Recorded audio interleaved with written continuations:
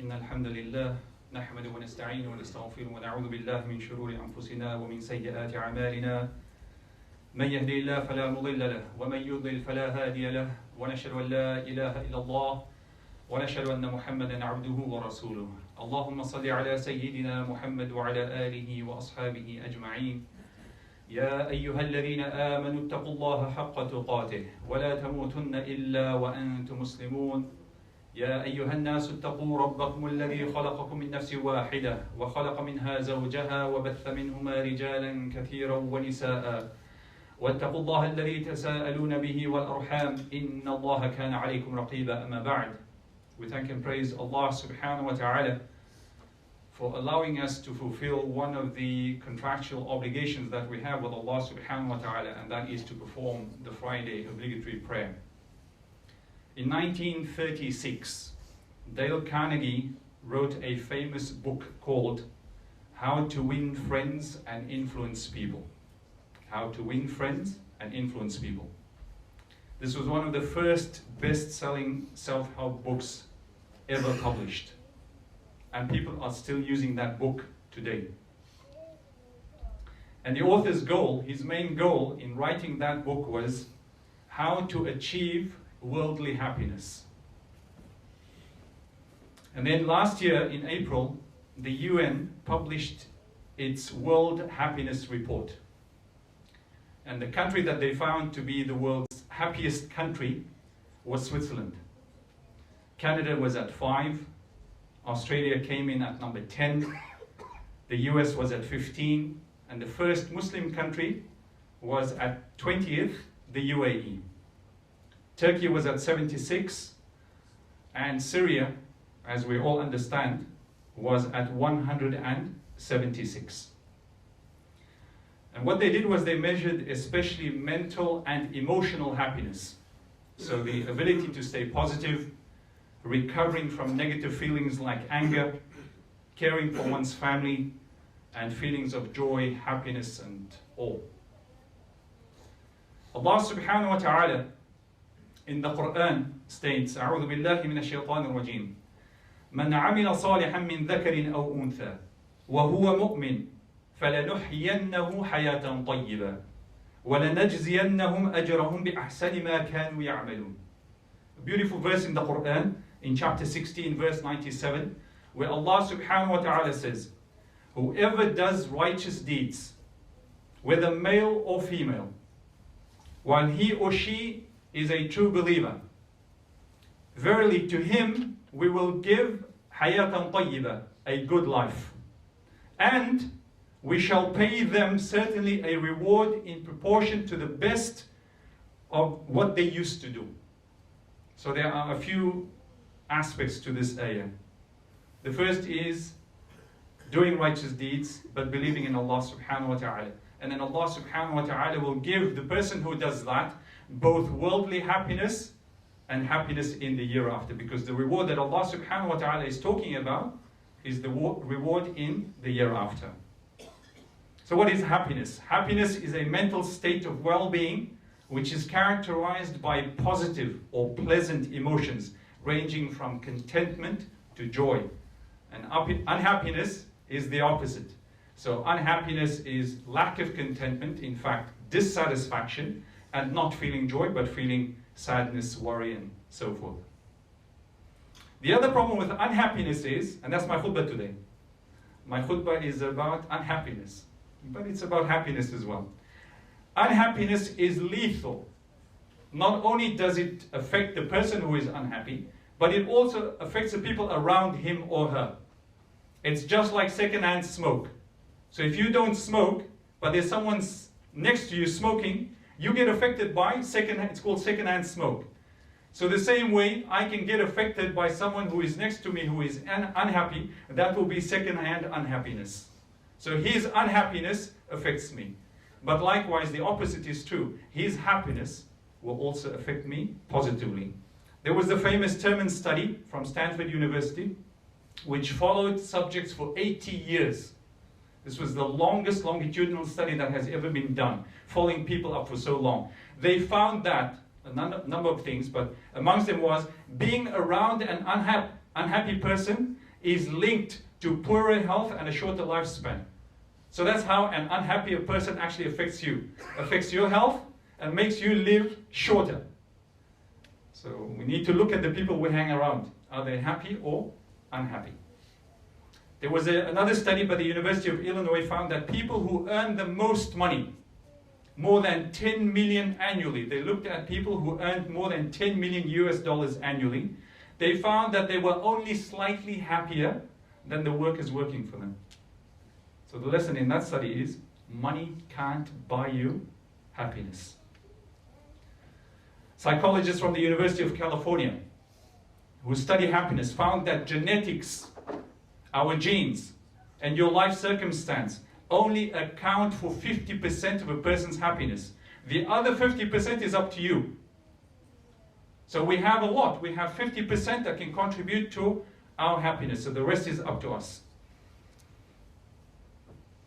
Now I'm going to go through very quickly, inshallah, some 10 unhappy habits that we need to try and get rid of. So as you're sitting there today, ask yourself whether you have these habits. 10 unhappy habits. And then go away from this Jum'ah today and work on those if you have any of them, inshallah. If you want to, obviously, if you want to have a happy life. If you are content with having an unhappy life, continue doing the same thing. But I'm going to give you 10 unhappy habits now, inshallah, very quickly. Assess yourself, you have it, do something about it. I'm going to give you the solutions as well. The first unhappy habit is waiting for the future. Telling yourself, I'll be happy when I get married to a good rich wife. Or I'll be happy when I have a brand new car. Or I'll be happy when I have that high-paying job. It's just waiting for the future. The solution to that is, be happy now. No one knows what the future is going to bring. The future is not guaranteed. You're waiting to be happy in the future when you can be happy right now. And Allah subhanahu wa ta'ala tells us about this in the Qur'an, hayatan tayyibah. But also, the Prophet sallallahu alaihi wasallam said, what is the mindset of a believer? إن قامت على أحدكم القيامة وفي يده فسلة فليغرزها. The Prophet ﷺ said, if the day of resurrection were to happen upon one of you, while he has in his hand a sapling, a young plant, he should plant it. Be optimistic, still do something good. The first ayah was about doing righteous deeds and believing in Allah subhanahu wa ta'ala. So imagine doing a righteous deed when Yawm al-Qiyamah is happening. But that's because the believer is happy even when Yawm al-Qiyamah is happening. Subhanallah. The second one, time spent acquiring things. I need a big house. I need a big four-wheel drive. Then I discover my driveway to my house is not wide enough for the big four-wheel drive. I can't open my doors, so now I need to get a bigger house.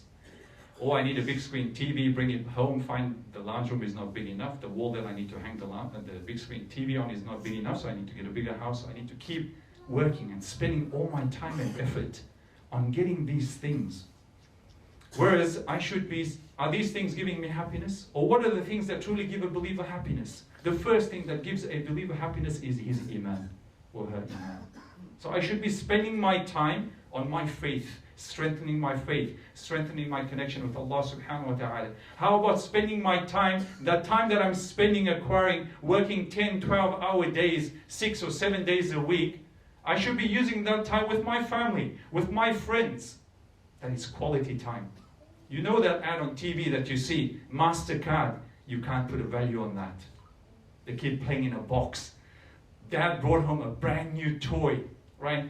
The toy gets taken out of the box. The kid's not interested in the toy, but plays rather in the box. You can't put a value on that, quality time.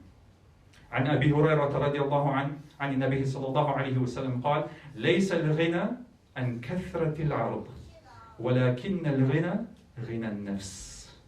The Prophet sallallahu alaihi wasallam said, richness is not having many possessions. Rather, true richness is richness in the self. Being content with what Allah subhanahu wa ta'ala has given us. Number 3, staying home when you are sad. And this happens to most of us. Sometimes something happens, something bad happens, and you're feeling down, you're feeling low. And you think, okay, the best thing for me to do is just to stay at home now. I'm in a bad mood, please leave me alone, everybody just don't bother me. But is that a good thing? Is it a good thing not to socialize when you're in a bad mood? No, it's not, because your friends can actually help you when you're in a bad mood. So what we tend to do, if that's your habit, what happens is if you're always in a bad mood, you're always staying at home, you're never socializing. And then after a while, you find that you have no friends anymore. Because you're always just in a bad mood, staying alone and at home. The Prophet ﷺ said, مَا مِن مُؤْمِنٍ يُعَزِّي أَخَاهُ بِمُصِيبَةٍ إِلَّا كَسَاهُ اللَّهُ سُبْحَانَهُ مِنْ حُلَلِ الْكَرَامَةِ يَوْمَ الْقِيَامَةِ. So the Prophet ﷺ said in this hadith, there is no believer who consoles his brother at the time of a musibah, a calamity. So you're going to help him. He's in a bad mood, you're going to help him. If you do that, Allah subhanahu wa ta'ala will clothe him with noble garments on the day of judgment. On Yawm al-Qiyamah, Allah will clothe him min hulalil karamah, noble garments. So the Prophet sallallahu alaihi wasallam is here teaching us the importance of friendship, of companionship. And that's why we need friends. Sometimes you just need somebody to get your worries off your chest. Somebody just to listen to. And somebody to say, I'll make dua for you. May Allah subhanahu wa ta'ala make it easy for you. Number 4, seeing yourself as a victim. Victim mentality. And we have some of that today. The whole world is out to get us. The media is out to get us. Everybody's there, out to get me. And there's nothing I can do about it. The situation is so bad. Look at what they're doing to Muslims today. All over the place. Oh, Syria, Afghanistan, Iraq. Yeah, in Australia.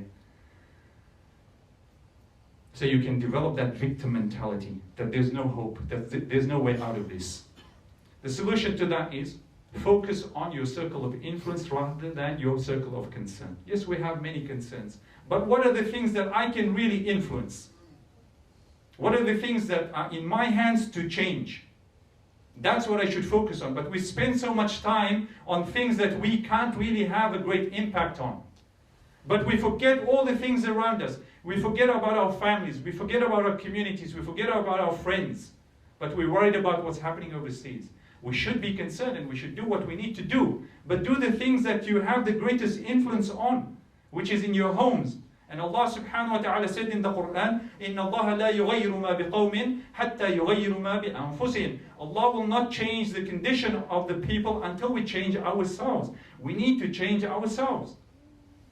So if I'm letting Syria get me down and making me unhappy, what am I doing about it? To get rid of that. Number 5, pessimism. The problem with a pessimistic attitude, someone who's always seeing the negative in everything. It becomes a self-fulfilling prophecy. That person is pessimistic about something and then guess what happens? Nothing happens. Or the opposite happens. So we need to force ourselves to look at the facts, not conspiracies. Look at the reality. Look at things as you see them. And you'll see that everything is not all bad. That the government is not all to get us. We have a health system. We can take our kids to the hospital. We have streets with traffic lights. We have people still obeying the road rules and driving on the right side of the road. So there are things that are working. There are positives. Yes, there are some things that are bad, that need to be changed. But there are many other things that are good. So what we need to do is look at the positives in everything. Number 6, complaining. By constantly talking and thinking about how bad things are, you reaffirm your negative beliefs. We're a bunch of whingers. It's a natural pastime where you just tend to complain about everything. Whether you're watching sports on TV, you complain about the referee. You complain about the opposition team. Complain about players. So you're only just pinpointing the negatives because you got into the habit of just whinging. You're eating food, complaining about there's not enough salt in it, or there's too little, or too much. So you get into the habit of just complaining. So what we need to do is, if that's your habit, stop whinging. Be thankful to Allah subhanahu wa ta'ala for what Allah subhanahu wa ta'ala has given you. At least you have some food to eat today. There are other people who don't have food. At least you have an opportunity to watch a game on TV. Other people don't have that opportunity. And then Allah subhanahu wa ta'ala said in the Quran, وَإِذْ تَأَذَّنَ رَبُّكُمْ لَإِن شَكَرْتُمْ لَأَزِيدَنَّكُمْ. And remember when your Lord proclaimed, if you give thanks, if you are thankful to Allah subhanahu wa ta'ala, if we thank Allah for everything that He has given us, all the blessings that He has given us, Allah will give us more. Subhanallah. And number 7, blowing things out of proportion. A happy and an unhappy person, they both have an accident. Small little accident, like I did the other day. I backed up on my tow bar, knocked into a brand new CX-5 bumper. The quotes came back at $1,100, $900. But anyway, the unhappy person will look at them and say, "Khalas, my life is doomed. That's it, it's the end of the world for me. Where am I going to get this money now?" But the happy person will say, "Alhamdulillah, it was just his bumper that I damaged, not further in."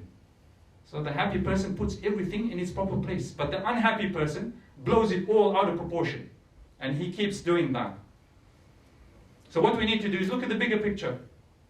I'm sure some of you have seen this on Facebook, where you see the guy looking over his balcony and he sees a smart car. Or he's driving in his small little car, he's driving next to a smart sports car. And he wishes that he had the sports car because he's driving a normal car. And then the person looking from the balcony is looking at the car. He's got his bicycle, he's looking at the guy who's driving a normal car, so he wishes he has a normal car. And then the guy from his balcony is looking down at the guy riding on his bicycle. He doesn't have any legs to walk on. So you're looking at others, you're not looking at what Allah subhanahu wa ta'ala has blessed you with, blowing things out of proportion. Look at the bigger picture. And this is what the Prophet sallallahu alaihi wasallam said to the family of Yasir. Ammar, Yasir, Sumayya, and Ammar, their son. Yasir was married to Sumayya. She was the first martyr in the history of Islam. When the Prophet ﷺ was passing by them in Mecca, while they were being persecuted by Abu Jahl and others, and the Prophet ﷺ started crying when he saw their situation, because they were originally from Yemen, so they had no protection in Mecca. So they were easily picked on. They were persecuted. And the Prophet ﷺ was helpless. He couldn't do anything for them in Mecca to stop their persecution. But the Prophet ﷺ said to them words, subhanallah. He turned to them and he said, "Abshiru ala Yasir, maw'idukum al-jannah." Glad tidings, O family of Yasir, your appointment is in Jannah. The Prophet ﷺ is telling them, look at the bigger picture. Yes, you might be having some difficulty right now. You can't pay the rent. You can't find work. You're struggling. But look at the bigger picture. Be patient. Allah subhanahu wa ta'ala will look after you. Remain steadfast. Jannah is your appointment. So those believers, our brothers and sisters in countries that are suffering right now, it's very hard for them. We can't imagine their suffering that they're going through. But if they stay focused, their appointment is with Allah subhanahu wa ta'ala in Jannah. Number 8, sweeping problems under the carpet. When unhappy people make a mistake, they feel threatened by it and they try to run away from it or hide it under the carpet when they make a mistake, because they feel threatened by the mistake. But a happy person owns up to his mistakes, puts his hand up and says, "Yes, I did it. I'm responsible for it." Because he has the self-confidence in knowing that all of us are fallible. Only the prophets were infallible. Allah subhanahu wa ta'ala protected them from committing sins, infallibility. But we are fallible, we make mistakes. So the happy person owns up to his mistakes, but the unhappy person feels threatened by the consequences of it, so tries to hide it, tries to sweep it under the carpet.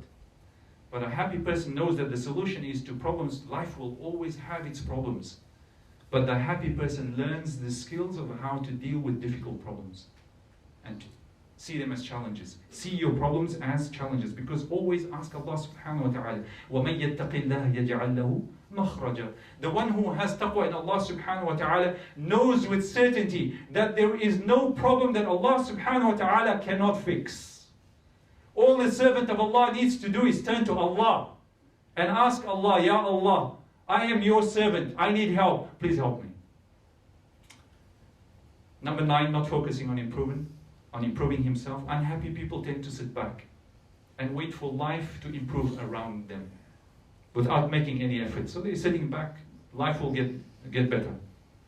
But a happy person doesn't wait for life to improve, to get better around him. A happy person goes out and makes those things change that he needs to do. So he sets goals, he plans, and he improves himself. so that Allah subhanahu wa ta'ala can bless him with more, that Allah can bless him with happiness. And the Prophet ﷺ said about this concept of self-improvement. The believer, the person whose 2 days are the same, is at a loss. So our 2 days can't be the same. Today must be better than yesterday. Even if it's just slightly better than yesterday. I need to make an effort. Every time I wake up in the morning, Allah has blessed me with another day on this planet. I don't know when I'm going to go, but Allah has blessed me with some more time. Shouldn't I use that time better than I did yesterday? That's what. Lastly, number 10, trying to keep up with the Joneses. Jealousy and envy. Being jealous of others. Having hasad. The Prophet ﷺ said, Al-hasad wal-iman la yajtami'an fi qalbi. Al-hasad, jealousy and iman, they can't coexist in the heart of a believer. Either one goes up, but the other one will go down. So if hasad goes up, iman goes down. So if we strengthen our iman, our hasad will go down. So don't be jealous of what others have. Who gave it to them in the first place? Allah is the one who allowed them to be blessed with those things. Why am I upset about what someone else has? That is destructive jealousy. If you hate for someone to have something, you wish for him to lose it and for you to get it. It's destructive. So we need to be content with what Allah has given us. And the best person to compete with is compete with your previous self. Compete with who you were yesterday. Don't be happy with who you were yesterday. I want to be better than the person I was yesterday. So I am competing with myself. And then Allah subhanahu wa ta'ala, the Prophet sallallahu alayhi wa sallam said in the hadith, قَدْ أَفْلَحَ مَنْ أَسْلَمَ وَرُزِقَ كَفَافًا وَقَنَّعَهُ اللَّهُ بِمَا آتَاهُ. He has succeeded who embraces Islam, whose provisions are sufficient for him, and he who is content with what Allah has given him. Because remember, Allah is the one who gives, and Allah is the one who takes.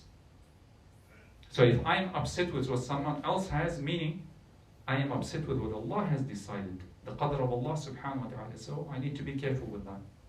So we ask Allah subhanahu wa ta'ala to help us with these unhappy habits that we might have, and to work on them inshallah, because Islam, as you can see, has given us all the tools to fix these habits into better ones, so that we can live both happy lives in this dunya as well as in the akhirah. And the Prophet sallallahu alaihi wasallam, Abdullah ibn Amr radiallahu ta'ala, he reported, he said, the Messenger of Allah sallallahu alaihi wasallam would frequently make this dua: Allahumma inni as'aluka as-sihha wal-'iffa wal-amana wa husn al-khuluq wa rida bil-qadr. Oh Allah, I ask you for health, for chastity, for trustworthiness, for good character, and for contentment with what you have decided. أقول قولي هذا وأستغفر الله لي ولكم فاستغفروه فيغفر المستغفرين ويا نجاة التائبين.